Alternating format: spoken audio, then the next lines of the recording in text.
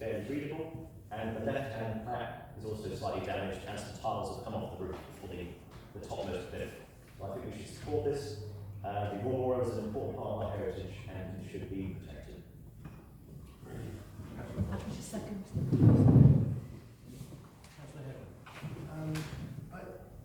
I'm all in favour of repairing the war memorial and providing the money for that.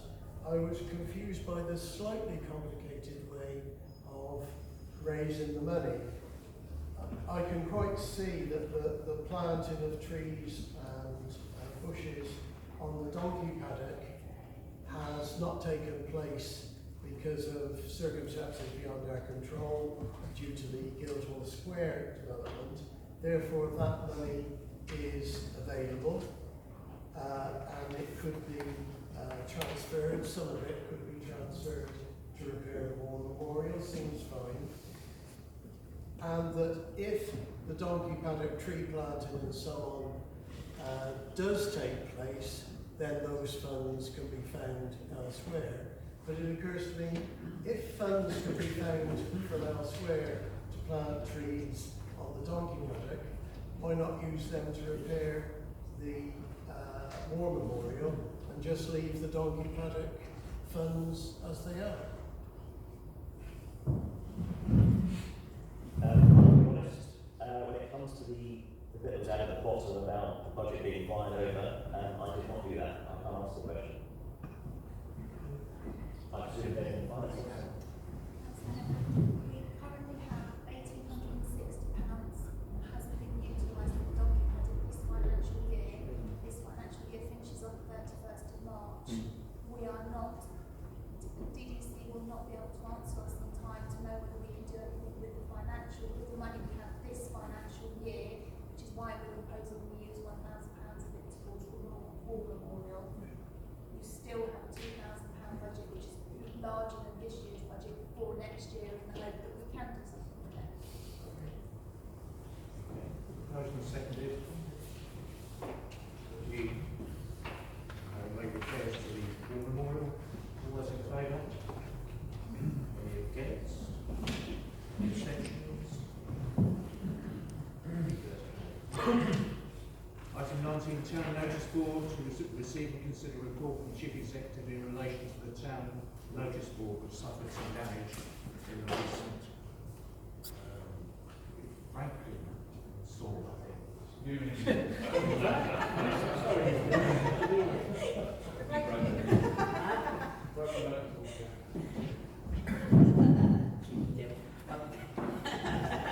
So you're right off now.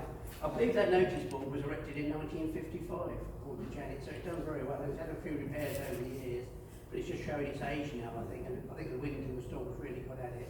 I did try myself to get people, but it's very difficult trying to get a company to just do a repair, you know, just what the doors repairing. I think there's some of the carpets what I'm repairing now, Mr. Mayor. So I did find a chappie up the Winchester Road that's 92, and it's no join from Woods. And they just said, oh, bring it up to me, I'll have a go at it. It's going to be very difficult, I think, to find someone that to do it to, you know, good standards. So I don't know, I think we might need to actually put a new, complete new notice board in, Mr. Mayor. So your proposal is? Well, I'll get it repaired, or just get, you know, to replace it with a new one, Mr. Mayor. Yeah, it was me that the lady Janet volunteered. She doesn't get paid for putting stuff in the notice board on the Monday after the storm units or Franklin, whichever one done it, I don't know which one done it. She was in tears to me on the phone saying that she's going to start selling her possessions to fix it, which is not acceptable. Can't have anything selling her well because fix the notice board, hence why it's brought to council. So I second Councillor Franklin's proposal. All those in favour then? Any against? Any abstentions? That's okay. Item 20, Disability Access Working Group to receive and consider a request from Councillor Anderson regarding the chair of this working group. The chair was Councillor Brew, who was since resigned. Councillor Anderson. Yes. I, with the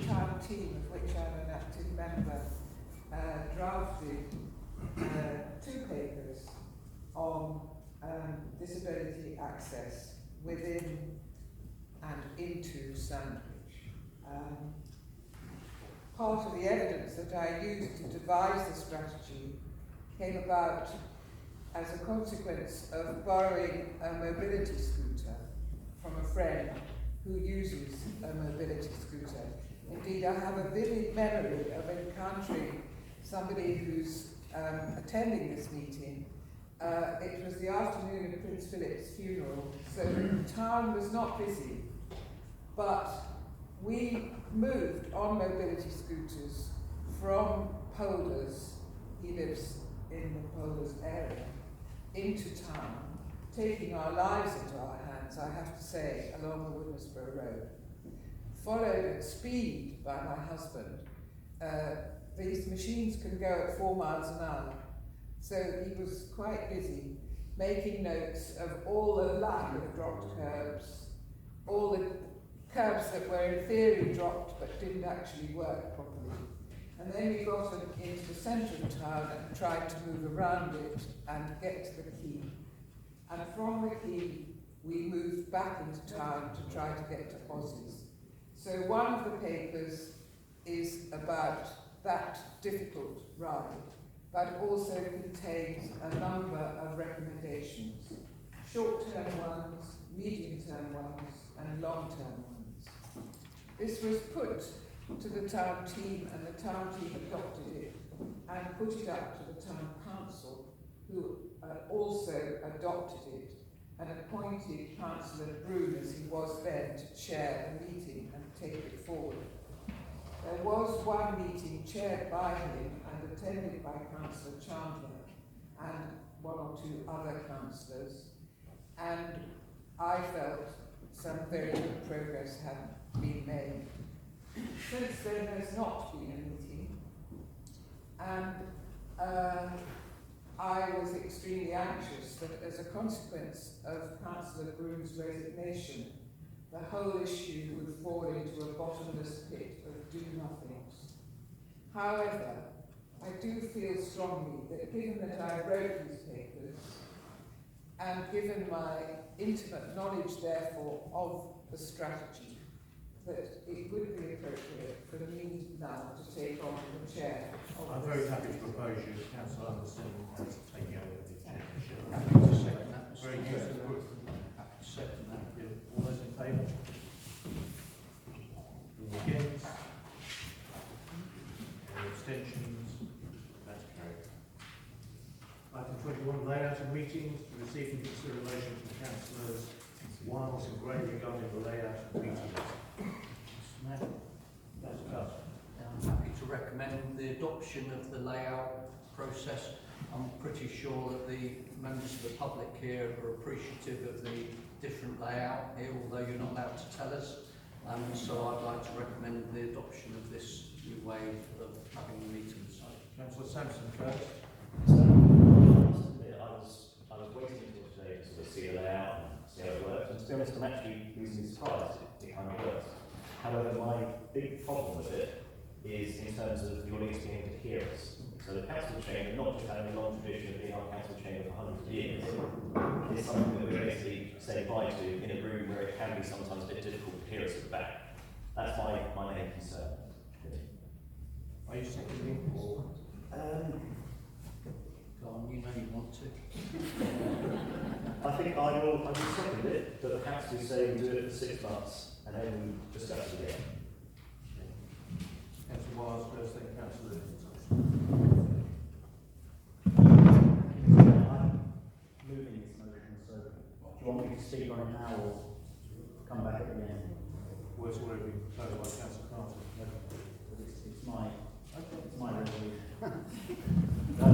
Whichever way you want to do. Yeah, anyway, I think, as I said earlier, thank you for laying out the room in this way. I hope most people have felt it's a constructive and worthwhile exercise, that the public can hear us, we can hear each other, we can see each other. As you can see, there is still a great deal of public interest in our meetings, and I can foresee a time in the future, perhaps 6 months or a year from now, when the public are satisfied that the council is operating in an effective and efficient way, that public interest might subside, and at that point it might well be the case that we go back into the council chamber. But for now, I don't think tonight's meeting would have worked in the council chamber, and I don't think that will be the case for probably the next few months. So I'm certainly happy to support Councillor Sampson's proposal that we... Councillor Carter's proposal. Councillor Carter's proposal, seconded by Councillor Sampson, that we stay in this room for the foreseeable future and maybe review that in 6 months from now. And also this issue of double bookings, that if necessary we change the day of the council meeting so that we don't lose income from already booked events in this room. Thank you. Thank you, Mr. Mayor. Well, I'm dead against it, and I shall vote against it. I believe the council chamber was made for a council to sit in and make its decisions. That's the important part of it, and the acoustic in this room is ghastly. The acoustic in the council chamber with the assistance of the group is far, far better, and that's what it was for. It's not a public meeting. The public are not encouraged to speak in it. They're not permitted to speak in it unless the mayor decides that it's going to do so.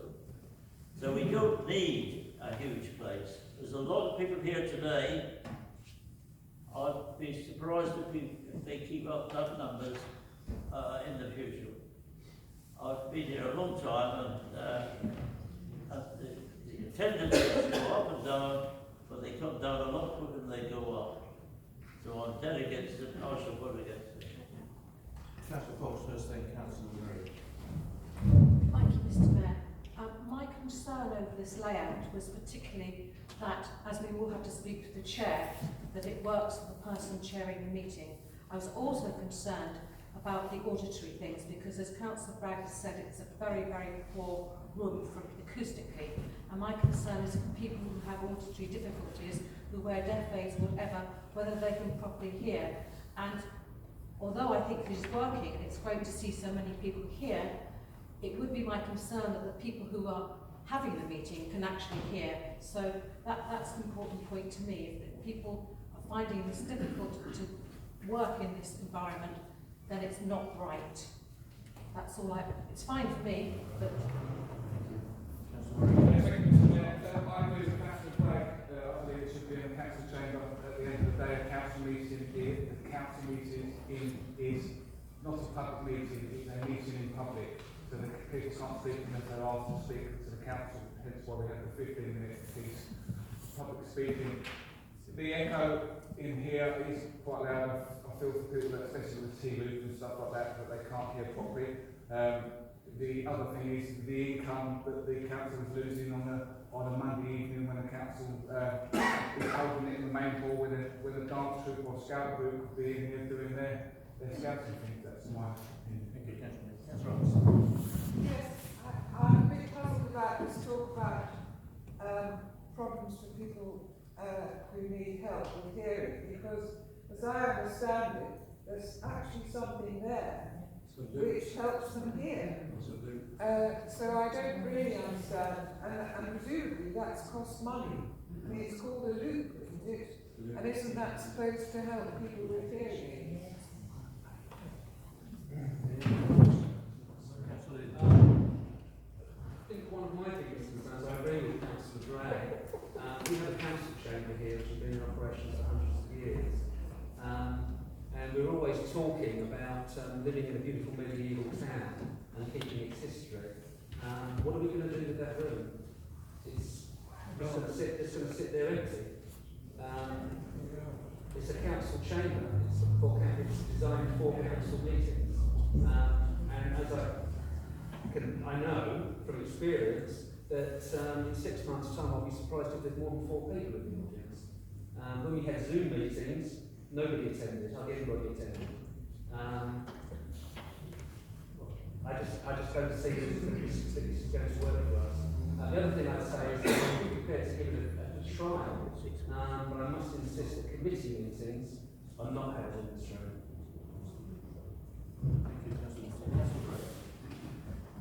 I appreciate what you said, Mr. Mayor, and what Councillor Gregg said, in that I agree this is not a public meeting, but it is a council meeting to which the public are entitled to attend. And we should treat the public with respect, and we should make sure that we have proper facilities for them to attend, to hear, and to see what we're doing. Now, the council chamber cannot accommodate this number of the public, and I don't know what would happen if we held it in the council meeting this evening. What would the members of the public think? And therefore, I would wholeheartedly support Councillor Wild's resolution. With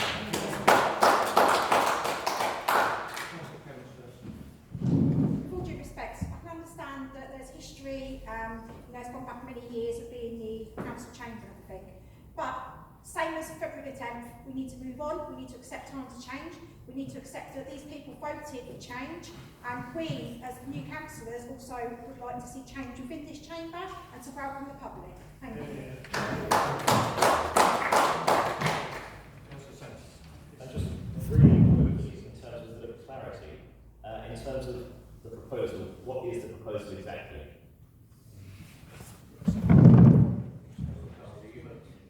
My proposal is that this town council continues to meet in this room for the next 6 months. And if it can't meet on a Monday because it's a pre-booking, that we have it on a Tuesday or a Wednesday in order to facilitate the meeting and to avoid any loss of income. I think after 6 months we can review that. But I think the level of public interest is such that if this meeting tonight was held in the council chamber, I'm afraid there would be lots of very unhappy people who weren't able to access that room. Whether the numbers drop off after 6 months, who can say? It depends what we do as a council and how we're performing and behaving. But I think it would be politic on us to carry on with this arrangement for the next 6 months and to review it sometime in the summer. You're seconded by Councillor Just very quickly, can I add an amendment that is just for full council, for committee meeting, which usually have a much lower attendance, and it's very awkward if there's, say, 8 people in the same room and spread apart, but literally across the room it's difficult to hear. They can be having different rooms. Yes. Yes, I would accept that committees should meet in smaller rooms, but I also hope that the committees will take on board the shape of this meeting and that committee members will face the public. Because I very recently attended a committee meeting in this room where Christina and myself were attending as members of the public, and I was dismayed. We sat behind the councillors, their backs faced us, and that was a very unpleasant experience. It was also very difficult to hear. So, if committees meet in the council chamber, and I perfectly accept that that might be a reasonable thing to do, the council chamber should be arranged so that the councillors face the public. Sorry, did you want me to pass my proposal to Councillor? Yes. Right, so the Councillor Wiles' proposal, which is very clear, seconded by Councillor Anderson. All those in favour?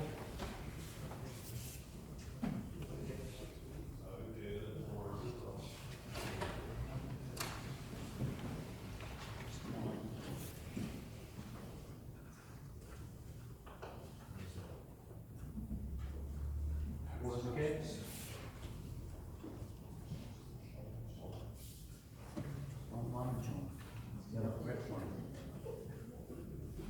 Any abstentions? That's carried. Item 22, timings of meetings to receive and consideration from Councillors Anderson and Wiles regarding the timings of meetings. Thank you, Mr. Mayor. I decided to look at the timings of other town councils in Kent for comparative purposes and also for evidence. I believe decisions should be based on evidence. I found that there were in Kent, registered with the Kent Association of Local Councils, 22 town councils. And I looked at all of their websites. And I have to say that their websites, with the exception of one, Snodden, their websites were in a different league from this town council's website. They were attractive, interesting, and had a lot of documents on them. I discovered the following. There are 4 town councils in Kent that meet at 6 o'clock, that's Broadstairs and Dover, 6:30 Hythe, and 6:45 New Romney. There are 12 town councils that meet at 7, and there are a further 6 that meet after 7. Deal at 7:15, Paddock Wood at 7:15, Edenbridge at 7:30, Fordwich at 7:30, Queenborough at 7:30, and Swanley at 7:30. In other words, 18 out of the 22 town councils where I looked at their websites, and their websites were easy to use, start their meetings at 7 p.m. or later.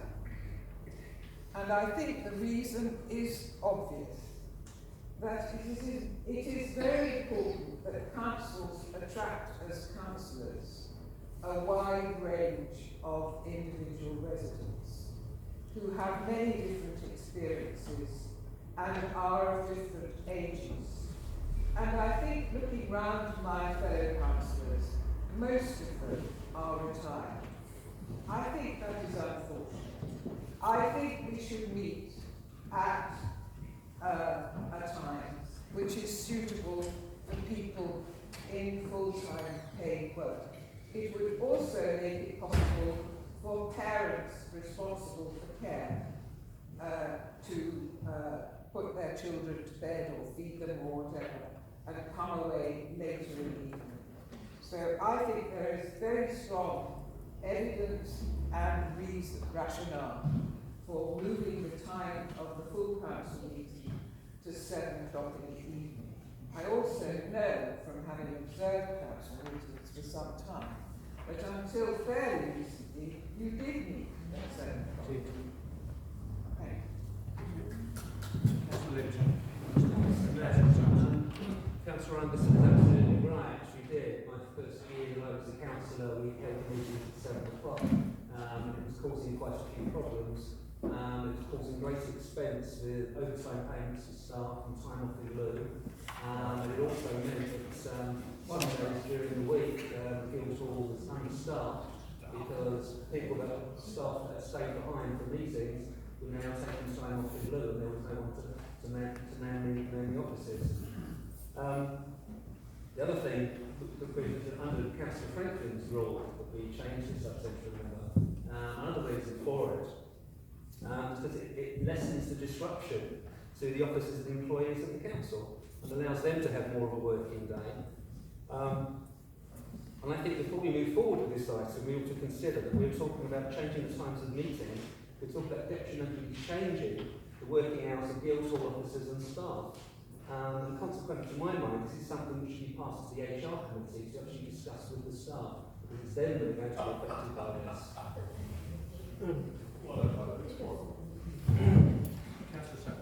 So, I think I speak with some experience today, Mr. Mayor. I'm fairly sure I'm the only person below the age of 30 in this room. And I'll be honest. So, for the benefit of the audience, our council meetings are limited to 3 hours long. So you start at 6, the latest you should finish at 9. I will be honest, starting at 7 and going to 10 doesn't attract anybody below the age of 30 to try and become a councillor to attend a meeting on a Monday night once a month. I also, particularly, while I'm going to concede a little bit on the full council, having every committee starting at 7 p.m, how much is that going to cost us in terms of extra staff times? So the council has always said, but I will be honest, you will have a great deal of difficulty attracting young people to become councillors when every meeting starts at 7 p.m. Councillor Marie. Yeah, thank you, Mr. Mayor. I echo what Councillor Sampson said regarding the public attendance. You can see tonight that there's quite a lot of members of the public here at 6 o'clock. I don't think turning it to 7 o'clock would make any difference. The same thing as the young generation. I work long hours, so it's more a few other councils here.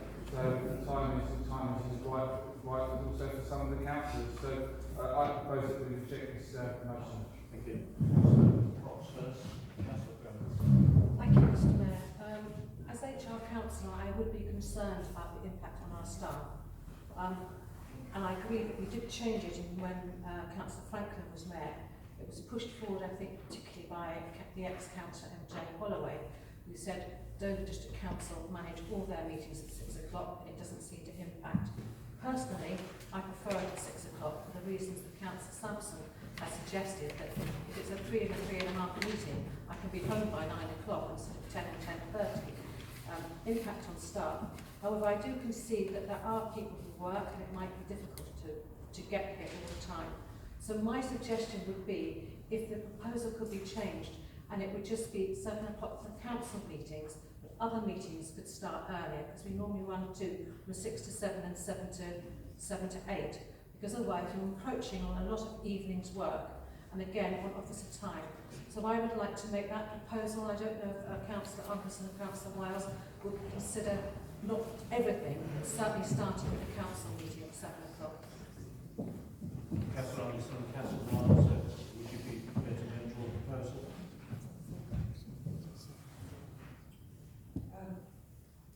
Yes, are you suggesting that the full council meets at 7 and the committees meet at some other time? Yes, full council at 7.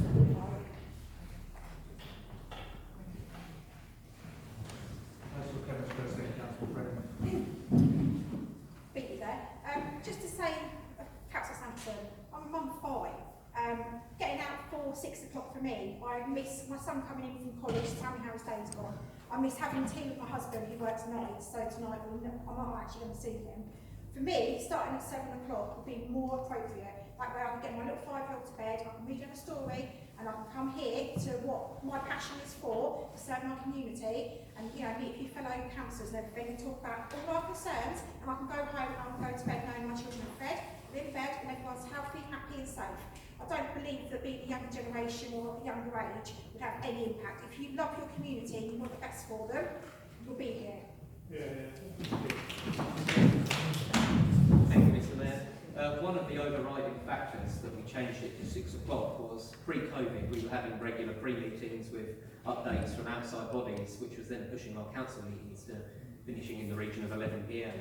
I mean, should that go back to that situation, an 11 p.m. finish is not very welcoming or desirable.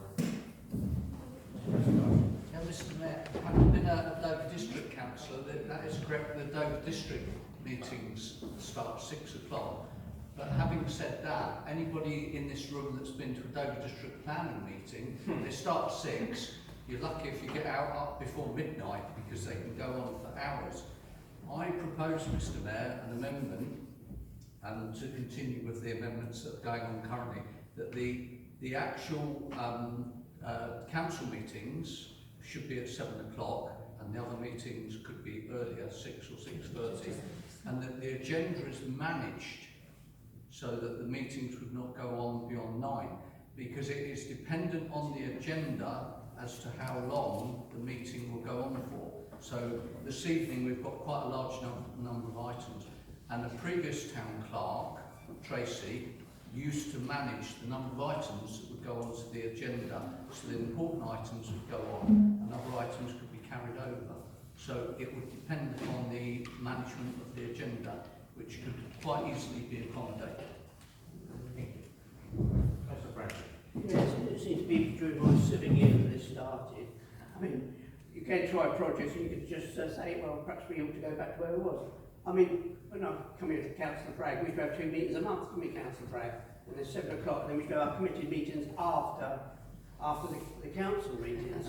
So we'd be here twice a month, council meetings, and then committee meetings. We didn't used to come, so sometimes the committee meetings you just stop at 8 o'clock, 9 o'clock, and we used to get through it all of the night. Because the thing is, everything has to evolve, doesn't it?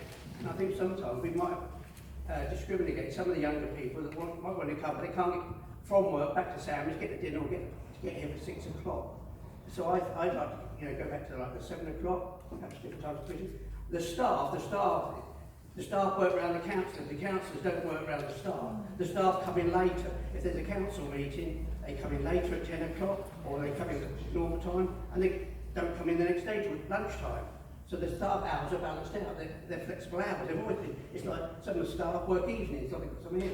Some of the staff work weekends. The staff are flexible, and that's the way it's always been. So I'm fully supportive of the 7 o'clock for the full meeting, and 6 o'clock for the committee meeting. Right, so Councillor Marie. Just to clarify, Mr. Mayor, I've got a motion on the table for this recommendation to be rejected, and it was seconded by Councillor Lincoln. Okay, thank you. The motion on the table, first of all, was Councillor Wiles and Anderson. As you suggested, Councillor Anderson, I think. So I'll second it if it's not been So seconded. are we talking 7 p.m. for the full council meeting? And some other time? Some of the time for. I would find that acceptable, would you? Yes, it was. Yeah, I think maybe 6:30 for a committee meeting. I think the other thing I should say is that we shouldn't allow the staffing tail to wag the dog, if you like. It's how democracy works that's more important. As Councillor Carter says, the staffing issues can be worked out. And I mentioned earlier, we're going to bring forward proposals to significantly reduce the number of committees. So that would ease the staffing burden, I would go. I mean, the last planning committee I attended, it lasted for about 10 minutes.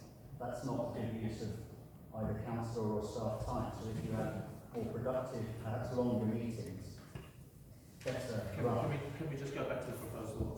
So the proposal is, I'd be happy to amend the motion to say 7 o'clock for full council meetings and 6:30 for committee meetings. I just cannot see that working. The way that our committees work is that we have to have the committee meetings at a time that suits the councillors, so that all the councillors, as many councillors possible can make it, and we stay quorate. If I've got to give up every evening of the week, then I'm not going to be staying around for much longer, to be quite honest.